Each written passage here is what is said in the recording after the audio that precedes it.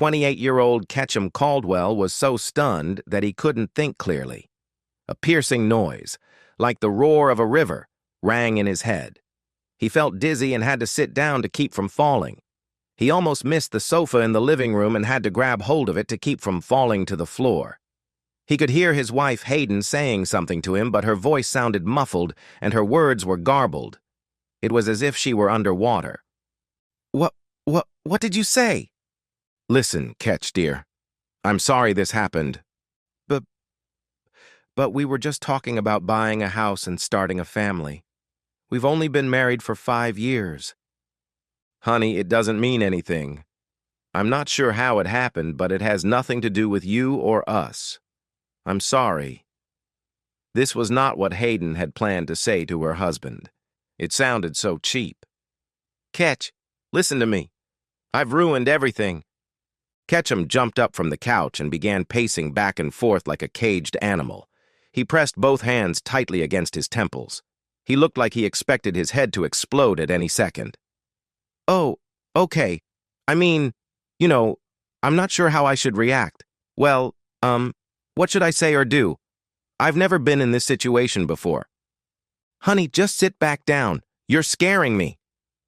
Hayden tried to reach Ketchum and sit him back down on the couch, but to no avail.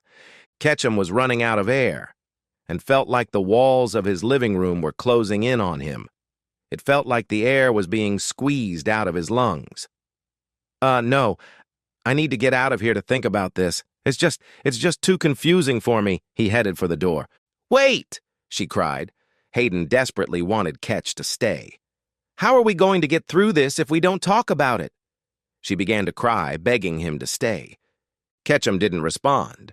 He raised his arms defensively. Hayden realized that he didn't want her to touch him. Every time she tried to make physical contact, it seemed to upset him even more, so she backed away. What had she done? Please, Ketch, I know we can work this out. Please, I'm begging you, don't go. It was too late. He was already gone. The front door slamming shut sounded like the end of her marriage to Hayden. Hayden hadn't lied to Ketchum. She really didn't know how it had happened. One minute she was having lunch with Preston McCall, and the next they were having sweaty, feverish animal sex on a creaky, slightly moldy bed in a nondescript motel off the main highway, a couple of 100 yards from the restaurant. Hayden and Preston were co-workers and regularly had lunch together, and until they ended up in bed, she had never had lustful thoughts about him. In fact, she thought of Preston as a father figure. Hayden had never had a father. At least, she didn't remember one. She tried to remember the time she had spent with Preston. It never crossed her mind that Preston thought of her as anything more than a friend. He never even made any suggestive remarks or dirty jokes. Preston was a true gentleman. He was always thoughtful, if not a little shy. When she first met him at work, he always seemed sad and withdrawn. She had invited him to lunch because he seemed like he needed a friend. She enjoyed talking to him, and it became a habit for both of them to have lunch together. The last thing she remembered was chatting with Preston and eating salad at their usual table in the bistro, where they often stopped during their lunch break. She told him about her fears about motherhood. He seemed genuinely interested and concerned about her fears. Hayden didn't know it, but fears about not being a good mother were a very common concern for most women. Sometimes it can be overwhelming. Preston tried to reassure her. He repeatedly told her that he thought she would be a great mother. As he explained his reasoning, he placed his hand on Hayden's and squeezed it gently. It was a friendly gesture. He was just trying to comfort her. Then one thing led to another. When Hayden came to, she was naked. She didn't really believe that Preston had intended to seduce her. In fact, he apologized profusely for his part in their date. After they finished, still in the motel room, Hayden broke down and began to cry hysterically over what she had done. When she told Preston that she had to tell Ketchum what she had done, he begged her not to. Hayden, listen to me carefully. I'm begging you. Don't tell Ketchum about this. I know what I'm talking about. My wife did something similar. When she confessed to me, I exploded. It's not that I didn't appreciate her honesty, but I just couldn't accept what she had done. So I divorced her. Call it my stupid male pride, selfishness, or whatever, but I just couldn't leave things as they were. He spoke sincerely and emotionally. A few months after my divorce was finalized and I had dealt with my anger toward my wife, I regretted my actions, but I was too embarrassed or stubborn to talk to her. 10 years have passed, and I still regret not giving her the opportunity to discuss it. I'm not sure our marriage would have survived anyway. But my refusal to even consider talking to her alienated me from my children and drove them apart. Our relationship has never been repaired. By the time I worked up the courage to talk to her about it, she was gone. Tears welled up in Preston's eyes as he recalled that terrible period of his life. He later learned that his ex-wife had remarried. In essence, she had moved on, leaving only memories of him behind. It's just your fear of motherhood, Hayden. I'm sure you've never done anything like this before, and you won't do it again. Please, Hayden, believe me. Men and women deal with these things differently. Don't tell him, Hayden, I beg you. When you get home, just show him your love. Try to be the best wife and mother you can be and forget about all this. You're a good person, but you made a terrible mistake. Let it go. I think it would be best if we didn't go to lunch for a while. I can't believe I could have put your marriage at risk. Let's just forget this ever happened and move on with our lives. Preston was remorseful. This was a really difficult part of the whole story for Hayden. Oh, she really regretted what she had done, but sex with Preston was exciting. How could she forget it ever happened? It was undoubtedly better than any sex she'd ever had with Ketch. She wasn't a virgin when they got married, but her only experience before marriage had been a few very unpleasant hookups in the back seat of a car with a high school boyfriend. How could she hide her betrayal from Ketch? She loved him with all her heart. However, she was afraid that she would never be able to make love to Ketch without thinking about the incredible sex she had with Preston. The only way she could think of to get rid of this nightmare was to tell Ketch what had happened and why. Why? Damn it! She didn't even know why it had happened. She had to talk to him. Maybe she should see a therapist to better understand why she had done it. They could work through it, couldn't they? Complicating matters further was the fact that she was considering Preston's suggestion to keep everything a secret. But first, she decided to talk to her mother, with whom she had always had a very close relationship. After receiving the expected shock and disapproval from her mother, she was given advice that was the exact opposite of what Preston had given her. Honey, listen to me. A marriage built on such a big lie as this is doomed to fail. This partnership is supposed to be based on love and trust. What will happen if, for some reason, a few years down the road, after you guys have kids, Ketchum finds out what you've done? I can't imagine how betrayed he would feel. He might even think that you have children so he can't leave. It's too painful to even think about. No, you have to tell him. So that's what Hayden did. And that was why she was sitting alone on the couch in the living room, crying, with no idea where her husband had gone. She had never felt so alone and scared in her life. For his part, Ketchum was a much more confused young man than his wife was a frightened woman. He never thought Hayden was capable of such a thing. His emotions ranged from rage to sadness to fear. Part of him wanted to kill her, and part of him wanted to ignore it, as if it were a terrible dream from which he would soon wake up. He turned off his phone and decided to spend the night in a cheap hotel. He lay on the hard mattress with his arms behind his head, staring at the popcorn-style acoustic insulation covered in tobacco stains. He tried to distract himself from his problems by imagining that the random patterns in the dusty acoustic material were animal shapes, but he couldn't. It would have required too much concentration. Ketchum knew that sooner or later he would have to talk to Hayden, but he wasn't even sure what to ask her. Did she love him? Did she want a divorce? What should someone in his situation do? He tried to sort out his emotions. Anger, resentment, and sadness seemed the most prominent and appropriate. Dealing with his anger was difficult. Searching for her lover and physically assaulting him seemed childish. And even if he didn't end up in the hospital, he could end up in jail. If she was going to divorce him anyway, he didn't want to give her the satisfaction of seeing her new man beat him up. Besides, he was an accountant, for crying out loud, not a fighter. For some reason, he also felt embarrassed and inadequate. Why did he have to feel that way? Maybe it was because he had done something wrong or somehow let Hayden down. He couldn't think of anything, no matter how hard he tried. Maybe that was what he should ask her? Ketchum turned his phone back on and sent Hayden a message. He didn't bother reading any of the 6 messages she had sent him. His message simply said, "I'm fine. I'll be home tomorrow morning to talk." Then he turned off his phone. He couldn't sleep all night and couldn't come up with a real plan. These omissions proved to be critical mistakes. Since it was Saturday, neither Hayden nor Ketchum had to work, and he returned home around 11 in the morning. He parked in their designated spot, but for some reason felt uncomfortable doing so. He was exhausted and still didn't know what to say to his wife.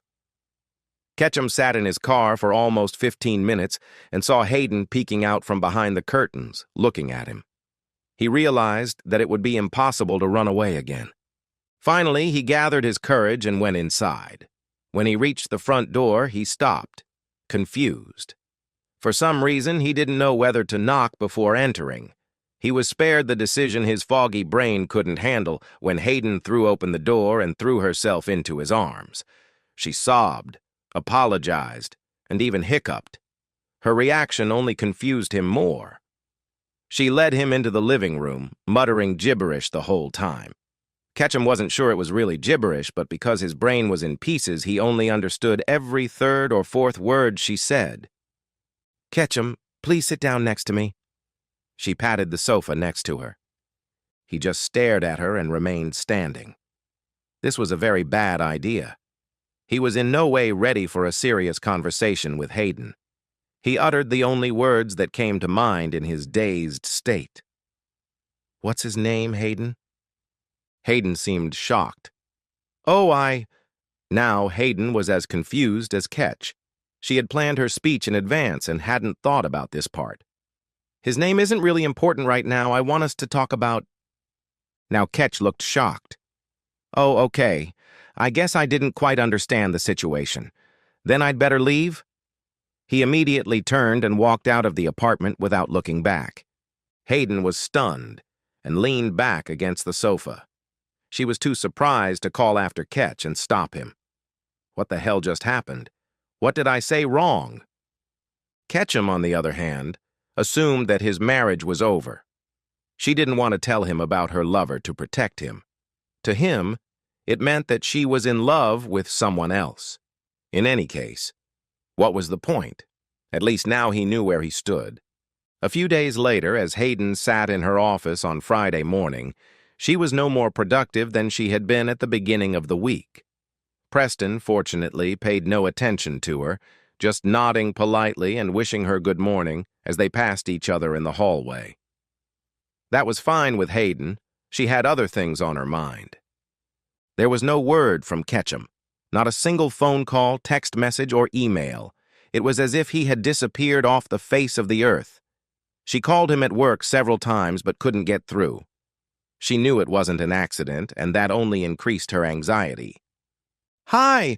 Oh, hi! I like what you're wearing." "Huh? Who are you?" Hayden stared at the young lady with fairy-colored purple hair, a silver nose ring, and a pink unicorn tattoo on her left arm.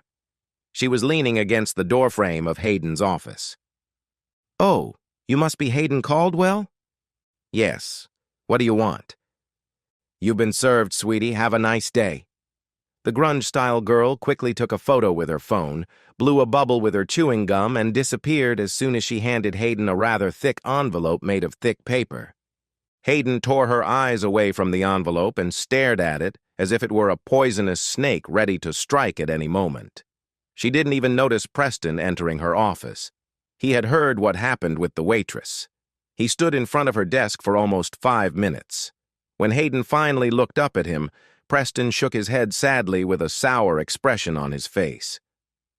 "You shouldn't have told him, Hayden. You really shouldn't have. I'm so sorry, I really am." Preston turned and walked away, still shaking his head. He went straight to the HR department and quit without giving any notice. About 6 months later, they were divorced. Hayden didn't fight it because there was nothing to fight for. After she paid her lawyer and half the bills, she had about $700 left in her account. She was sure Ketch was in the same situation. Not much happened in 5 years of marriage. Hayden never saw Ketchum during the entire divorce proceedings. She didn't know where to look for him. She tried to call him at work on the same day she was served. She was told curtly that Mr. Caldwell no longer works here. Countless phone calls to his family and friends were fruitless. She was sure his parents and brother knew where he was, but they wouldn't say anything. They weren't rude to her. They didn't yell, but it was clear they didn't want anything to do with her. When she called her mother, she was understanding, but when Hayden asked if she could move in with her for a while, her mother simply said, "No." "No? What do you mean, no? Please, Mom, I need help." "You have to figure this out yourself, and you won't do that by running home like a little girl who scraped her knee on the playground." "But, Mom, you told me to tell him." She was desperate and begging. "You should have told him, sweetie. It was the right thing to do. But it didn't guarantee that you would stay married. I hope someday you'll understand why I advised you to do that." Hayden was certain that her happy, safe, and orderly life was over. She had never felt so alone. 10 years later. "Preston, is that you?" It had been so long. She was stunned to see him there. The last she had heard, he was living hundreds of miles away. Suddenly, he was jolted out of his memories. It seemed that these days, his entire social life consisted of sitting alone in this cafe, thinking about his troubled past and bleak future. That voice, that familiar, haunting voice. A memory that never left him. The only moment in time that still haunted him. It was impossible. Hi, Shelley. It's been a long time." Preston struggled to get the words out. Wow. Unlike me, she still looked good, so young, cheerful, and energetic. She must be in her 50s now. Preston just stared at her. He should have known that sooner or later he would see her. After all, their town wasn't that big, and he hadn't been back that long. If Preston had had even a halfway normal social life, their paths would probably have crossed long before this. Preston had hardly spoken to her since they divorced. After that terrible time, he rarely communicated with his children. He hadn't seen them in over 6 years. He sent cards only on birthdays and Christmas to his children and grandchildren, who lived all over the country. He had yet to meet his 3 grandchildren in person. Shelley tried to break the awkward silence. "Yes, Preston, it's been probably 20 years. The uncomfortable silence continued. Shelley, in turn, thought that Preston looked old, lost, and tired. The world had not been kind to him. Disappointed and confused by his lack of response, she was about to leave. But before she could, she noticed tears welling up in Preston's eyes. She decided to stay and sat down without being invited.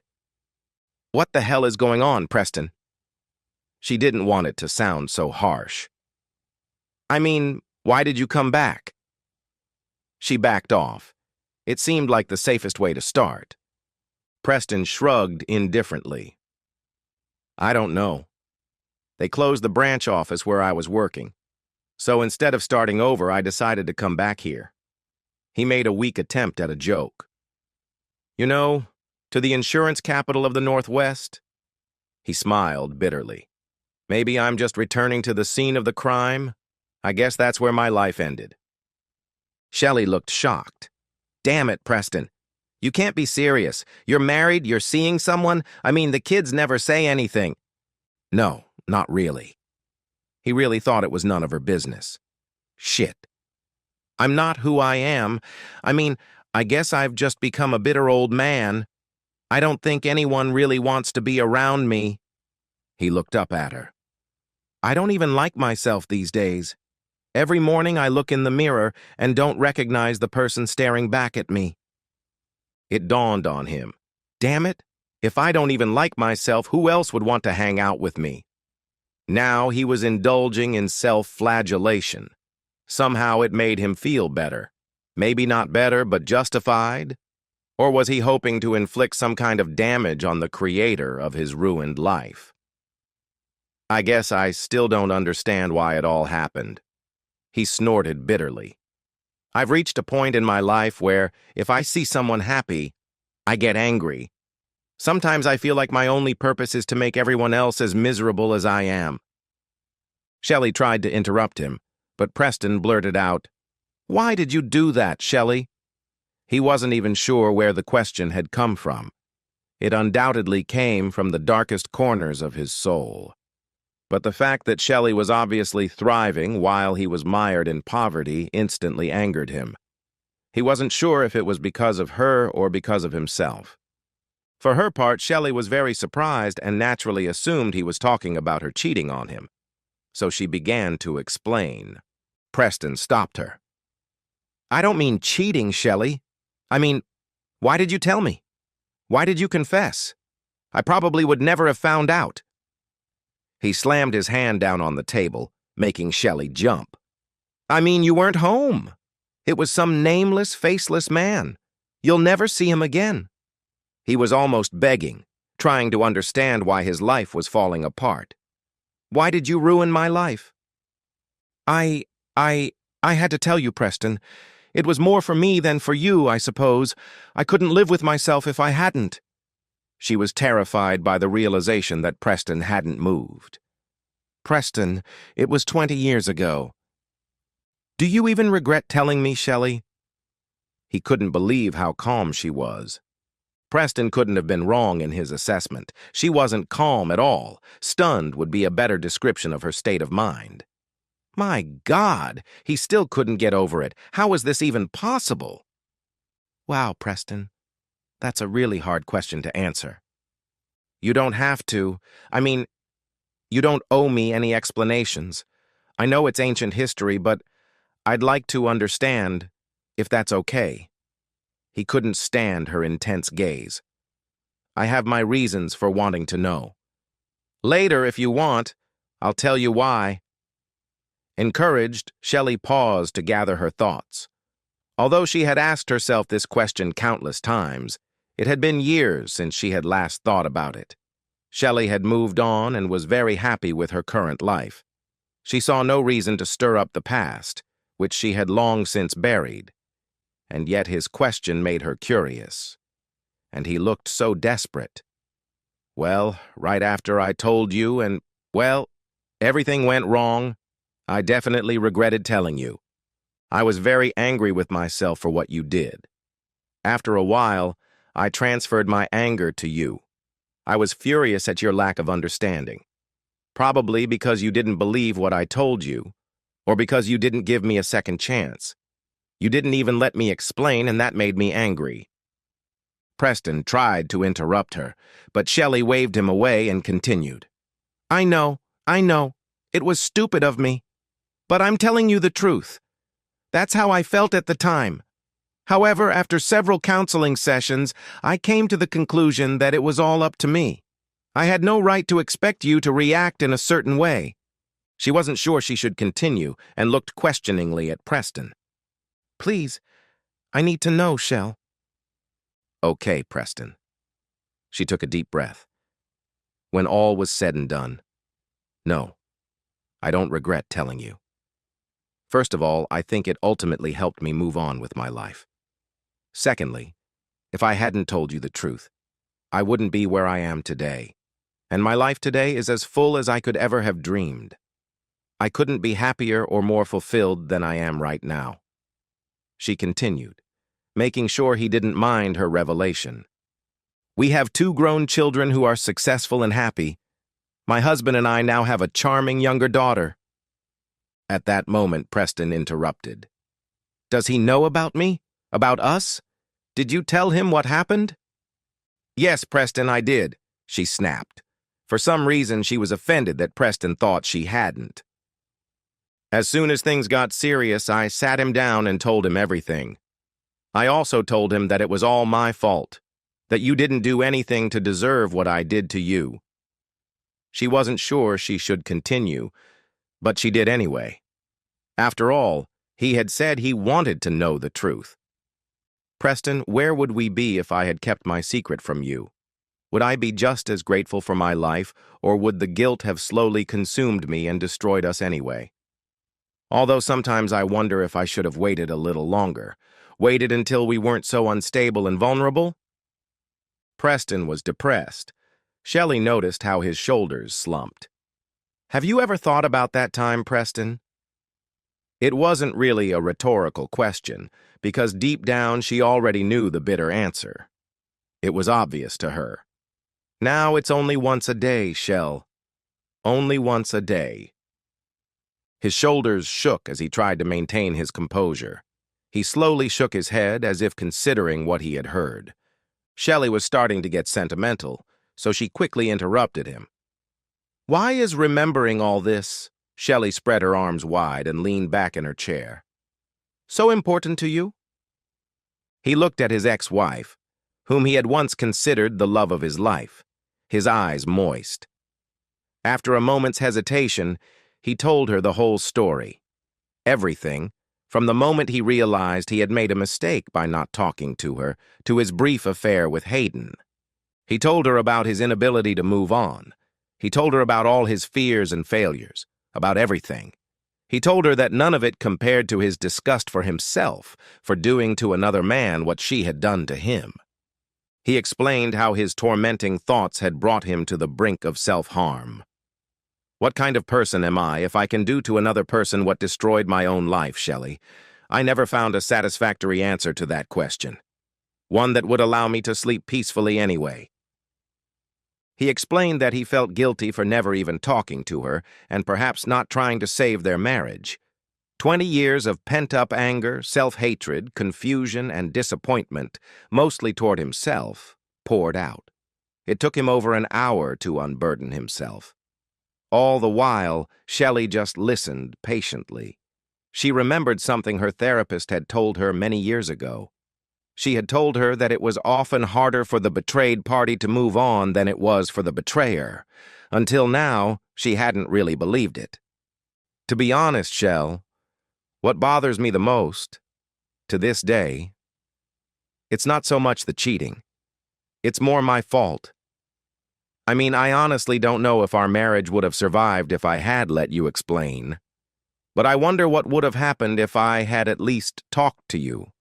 Tried to understand your point of view and make you understand my pain, my fears, etc.